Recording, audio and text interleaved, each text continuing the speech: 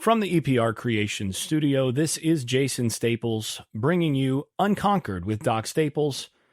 This podcast, as always, is brought to you by EPR Creations, by Louis Marquez of Keller Williams Realty in Jacksonville, Florida, by Shenandoah Real Estate in the Research Triangle of North Carolina, by Garage Makeovers, the #1 garage remodeling company in South Florida, and by my newest advertising partner, Justin Galloway of Benchmark Mortgage. As always, information's in the show notes. Let them know you heard about him from the Unconquered podcast with Doc Staples. Whew. Well, that was the game that I was worried about. That's the game that I've been worrying and warning about for the past month. And it really all just comes down to survive and advance. Survive and advance. 10 weeks into the season, you're still 10-0. That's really, really, really hard to do, everybody. And I think the first thing that everybody listening to this show should be thinking, and the first order of business, is gratitude for the opportunity to watch a team that is still unbeaten 10 games into the season and has a win over one of your core rivals. And really, if you count Clemson as a key rival, I mean, they're certainly a conference rival at this point. You got 2 wins over key rivals.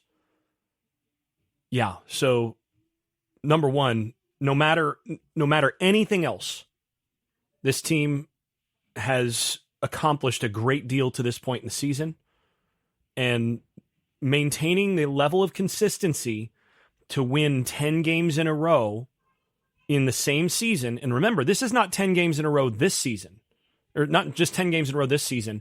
They also finished last season on a tear. So you go back to last season, they haven't lost since Clemson last season. This program has now won 16 games in a row. That's from where Florida State was even 2 years ago, 3 years ago. That is absolutely remarkable. It is incredible.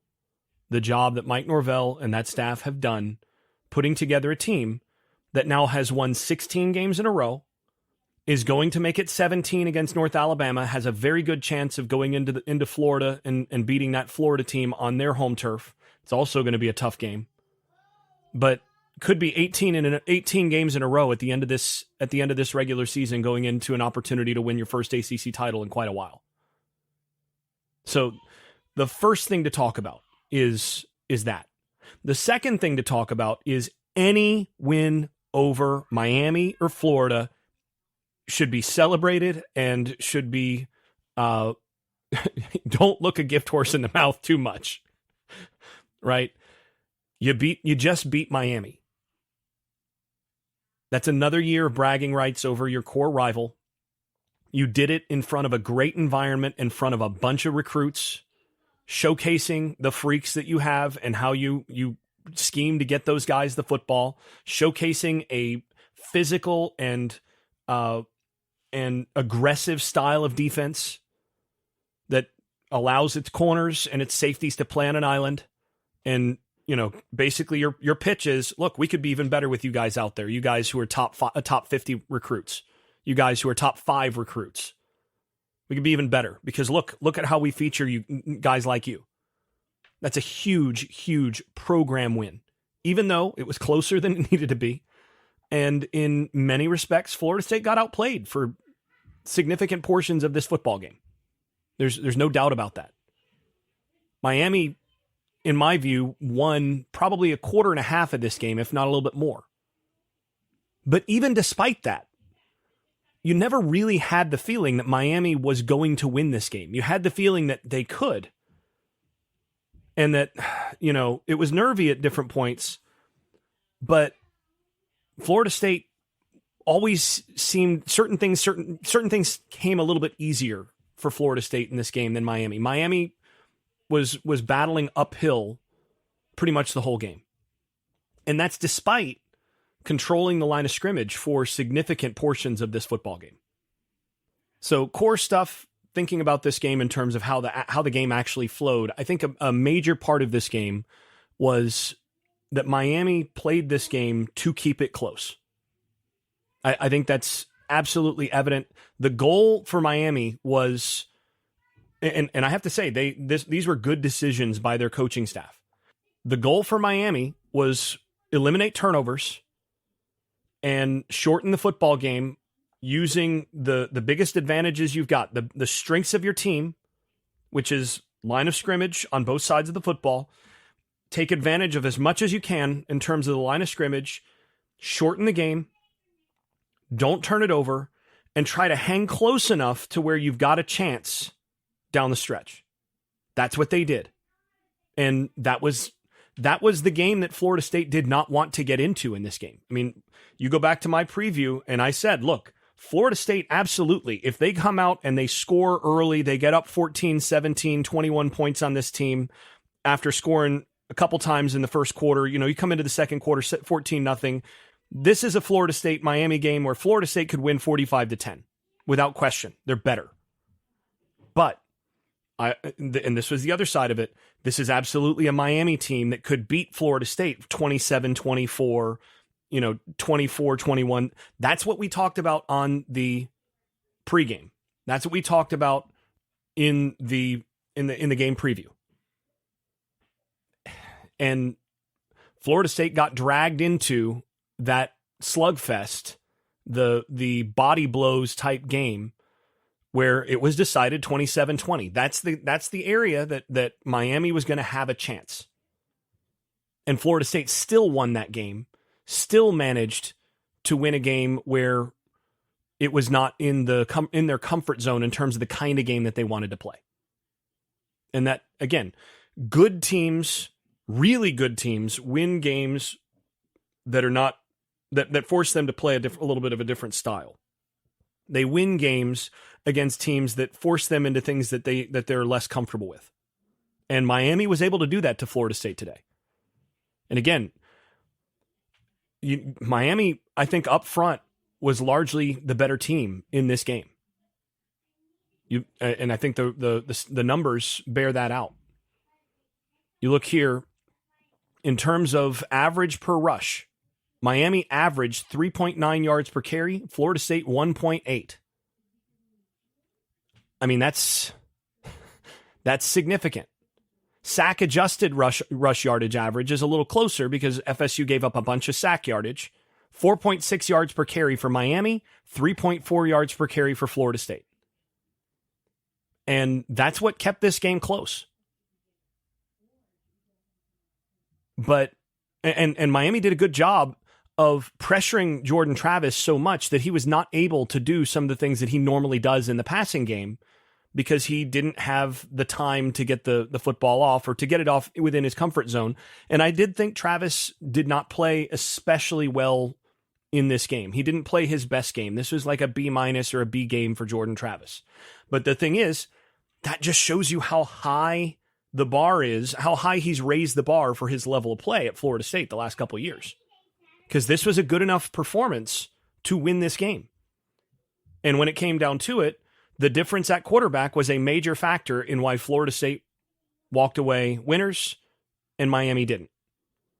Emory Williams is 8 of 23 for 175 yards, of which 85 was on one play to Jacoby George, where it was just an absolutely abysmal, atrocious angle taken by the safety, Kevin Noles. And, I had someone text me after the game saying, well, Noles was single-handedly responsible for 14 points. And I think that's a bit of a stretch, but he didn't play well. He did not play well. He had a couple key plays, though. That's the thing. Even though he didn't play well, and even though, he was pretty much fully responsible for that 85-yarder, which should have been an interception, he still made a key play that led to a fourth down in terms of coming off the edge, making the play as a pass rusher. He still made a few plays in run support, still did some things. So, survive. That 85-yarder did have some shades of the old Minneapolis Miracle, the game between the Saints and the the Vikings, where you saw the safety take an absolutely terrible angle and just whiff on Diggs with no time left. So, I mean, it wasn't quite that bad, but it was not much better in terms of the angle. And you just have to be better at safety there. And that's something that coming out of this game, I know that there was some frustration with not getting a few stops here and there where they had a chance. Florida State, if they can just get their safety play to where they want it to be or closer to where they want it to be, this defense is really pushing on the elite level. But the safety play has been an Achilles heel all year. Dent still needs to get healthier, which, by playoff time, if they're able to make the playoff, by playoff time, that should happen. I did notice that early in the game, they did get Hussey. They did get Hussey out there. He had a couple plays early, first quarter, even I think second quarter as well. Wound up with 2 total tackles, but he also had a couple plays where it was pretty clear that he was a little bit jittery out there and was just a beat slow on recognition. And, he had the one play where he kind of got run over a little bit by the quarterback. And if he'd recognized sort of what was happening there and come downhill and made the tackle, you get off the field there. There were a couple plays where he was just a little jittery, and you could see they pulled him off the field at that point. But he's got to be, I think, a big part of the plan for the remainder of the season is trying to get him ready so that by the time you're in the playoff, I think he's starting to get a lot more of those reps as the third safety. You have to. Just because of the physicality, because of the ability, the speed to get over the top, and just the discipline in some of those angles, I think that's going to have to happen. But again, if you look at the overall game, Miami couldn't throw the football. I mean, Jacoby George had 5 catches for 153 yards. That 85-yarder skews everything. But beyond that, Jacoby Young had those 2 back shoulders toward the end, and then incompletion on the next back shoulder. Brashard Smith had 2 catches for 18 yards, and then Isaiah Horton had 1 for 4. They could not throw the football.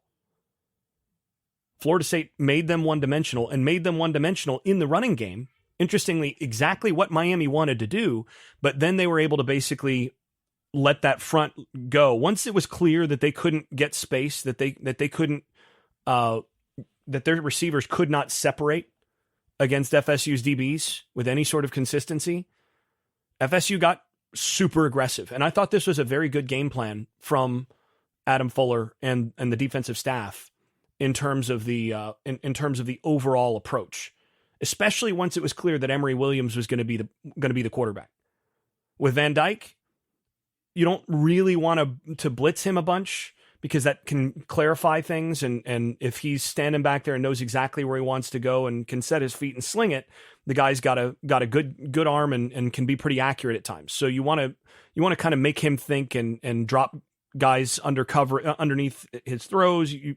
Some of the stuff we talked about. And we talked about how that wasn't really a great fit for what Florida State has been doing defensively this season. Well, with Emory Williams, it's a totally different ballgame. He's a guy you want to speed up the processing. You want to get him moving faster and having to throw against tight coverage. Well, that's what they were able to do. And eventually they just amped up the pressure. And I don't have the actual pressure numbers in front of me right now in terms of how many pressures they actually had. Let me see if I can find them.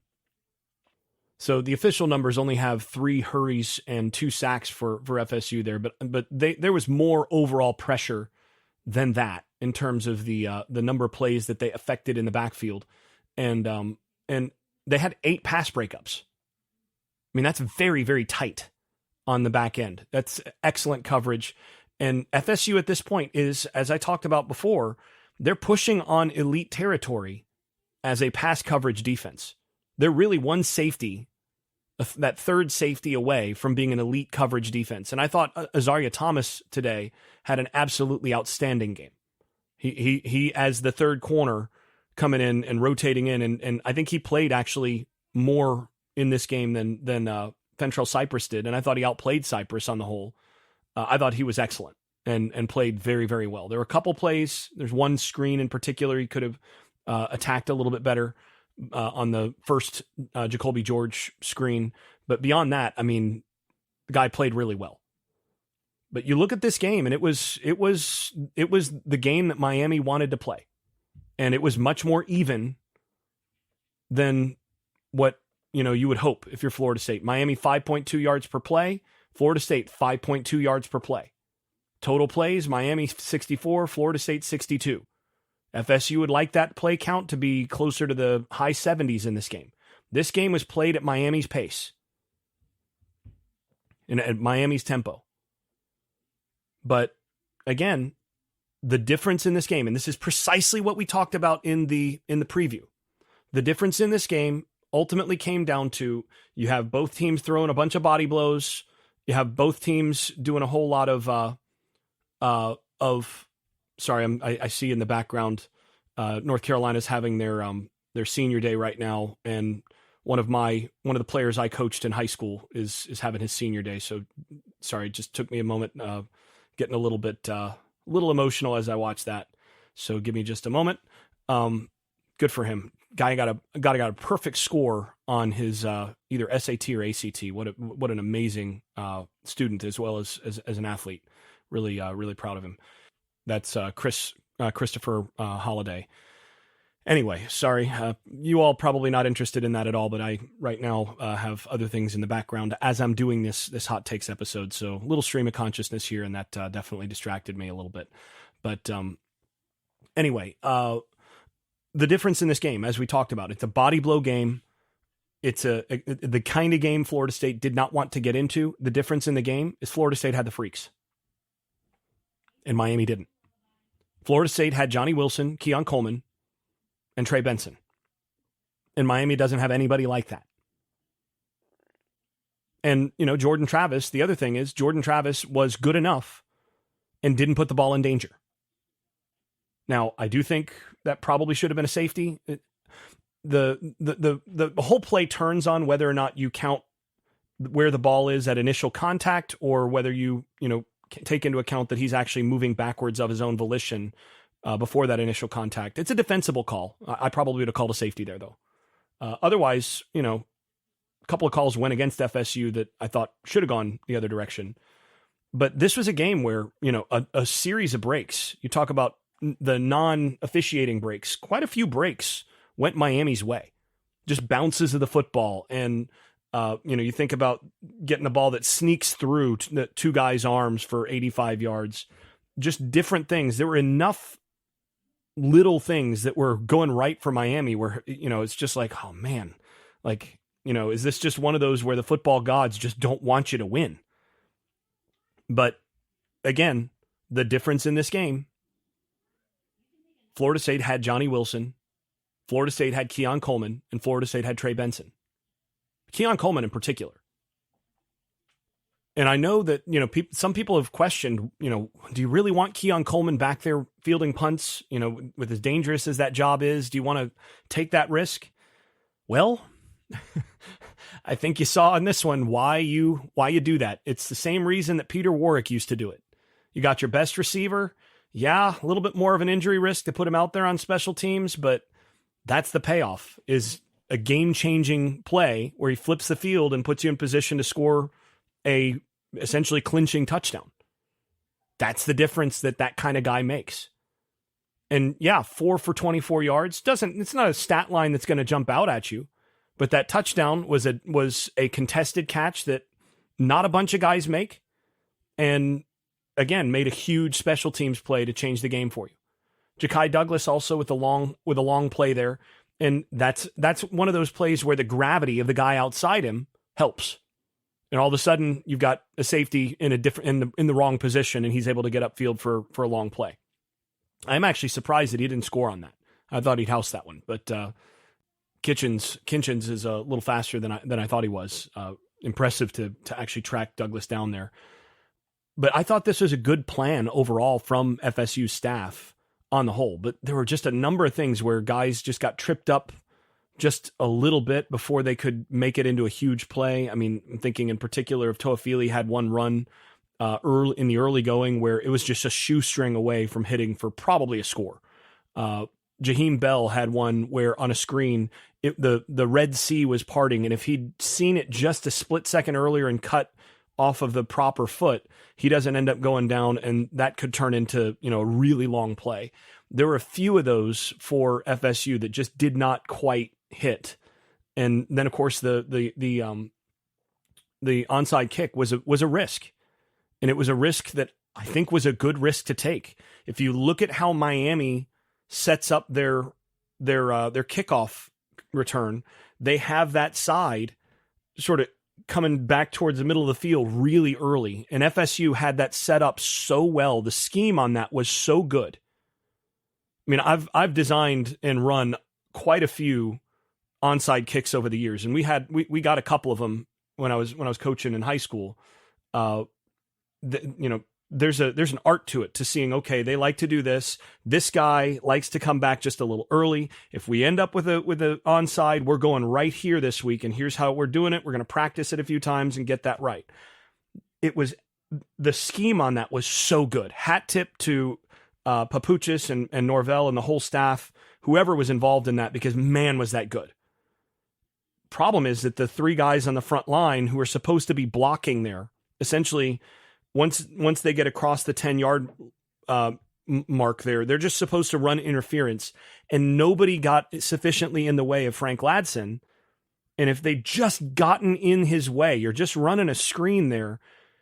It was perfectly timed. Everything was right. And all of a sudden you've stolen a possession. Instead, they gave up great field position, and that's that.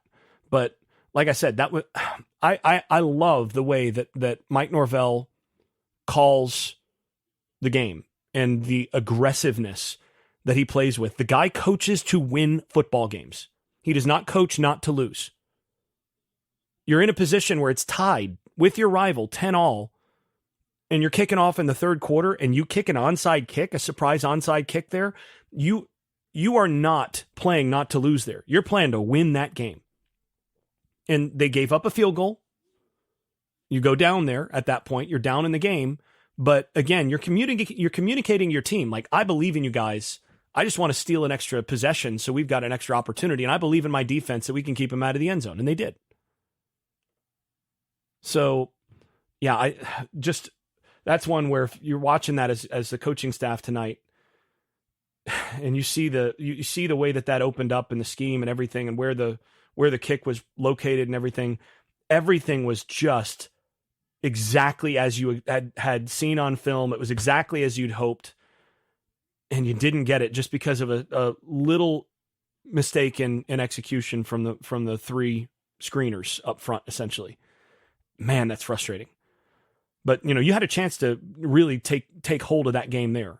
But after that, they did ultimately take control of the football game, and this game changed after they tied it up and then forced a 3-and-out, and then drove the field for a score. And all of a sudden they're up 20-10 or 20-13.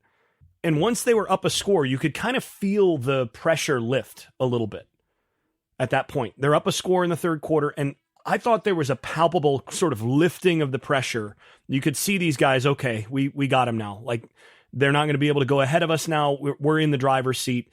And you could see the defense really go on the attack. And that's when they forced two more three and outs. And that's when you got the Keon Coleman punt return, gave you a crack at it from the 10-yard line, and then he finished it off with that contested catch in the end zone. And that was the ball game. They put the game away in that middle of the third quarter through the early fourth quarter stage. And then really what you would have liked to have seen is for them to manage to keep the foot on the accelerator and execute better up front so that they could finish this game out. And the thing is, Mike Norvell was not taking that foot off the accelerator. This was not a situation where they didn't do what was necessary schematically to walk away with this game. The issue was that they just didn't execute on the offensive front, and also, pitching and catching. That was the primary problem. They really needed to handle that business up front better, and Miami went on the attack, and you got to give Guidry and that Miami staff and the whole Miami defense credit for what they did on the last two drives there, where they forced a 3-and-out and then 6-and-out, where Florida State only gained 19 yards, and they did it with heavy pressure.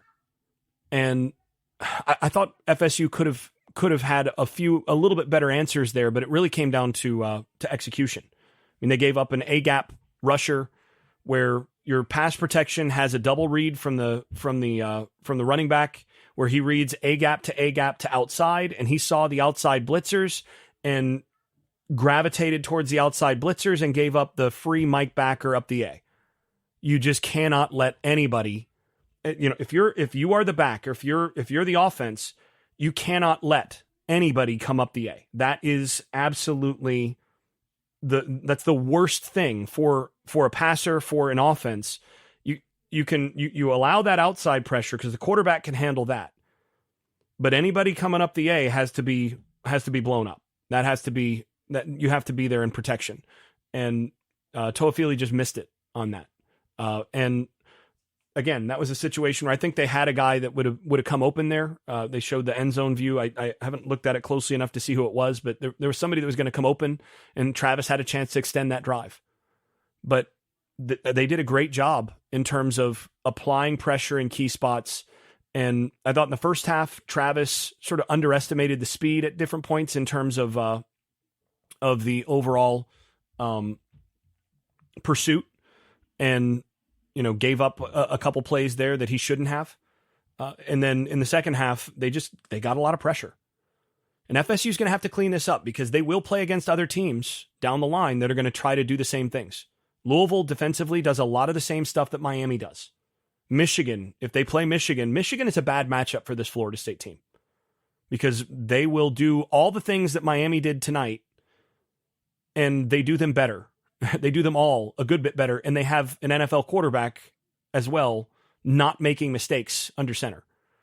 Michigan is probably the team. If you're Florida State, you don't want to play Michigan, and you probably don't want to play Alabama. Those are the teams that you don't want to play most at this stage of the season, based on what those two teams bring to the table and the personnel and all of that.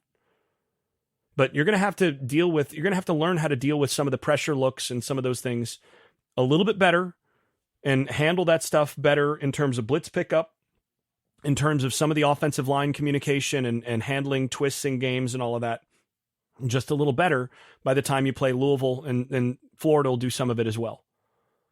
But again, all of this is nitpicking. All of this is,